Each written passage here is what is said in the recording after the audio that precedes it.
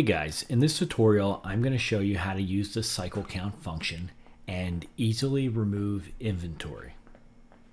Now what does this mean? You're going to use this function when you need to evaluate inventory that's been sitting. You want to get some key information on that product type and easily be able to delete the inventory out of your inventory and move forward. So in this demonstration, you're going to start out by going to Inventory Cycle Counts. Now, if you're looking to delete the inventory, you would want to set the transaction type to delete. Now, the process is basically place your cursor in the field Scan Barcode and pick up an item out of your facility and scan it. When you scan it, you'll notice there's key information displayed. You have item information, barcode, serial number. You have part number. When you click part number, it'll bring you to the master item list. You can see the manufacturer, location the item's supposed to be in, the SKU. You have the key attributes that were collected at the time of receiving, and you have product information. So you can see if this item is, the status, is it unallocated? Is it sold? Is it allocated?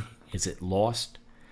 You'll be able to see the average selling price of that particular product and the last time sold. So these are key indicators right here, whether to keep the product or delete the product out of inventory.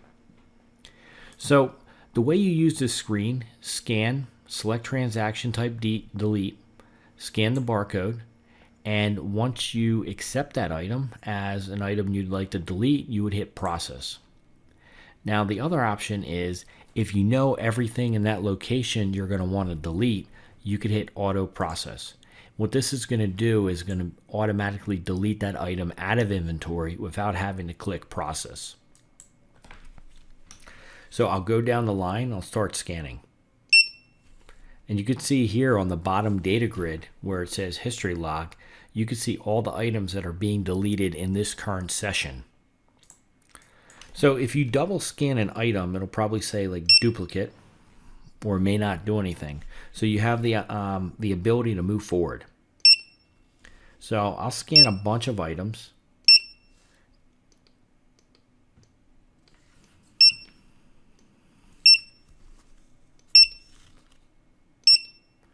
Now, one of the great things about this screen is you're able to see exactly what items you're deleting.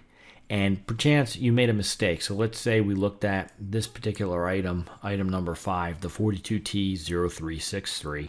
You could see that the average selling price is $167.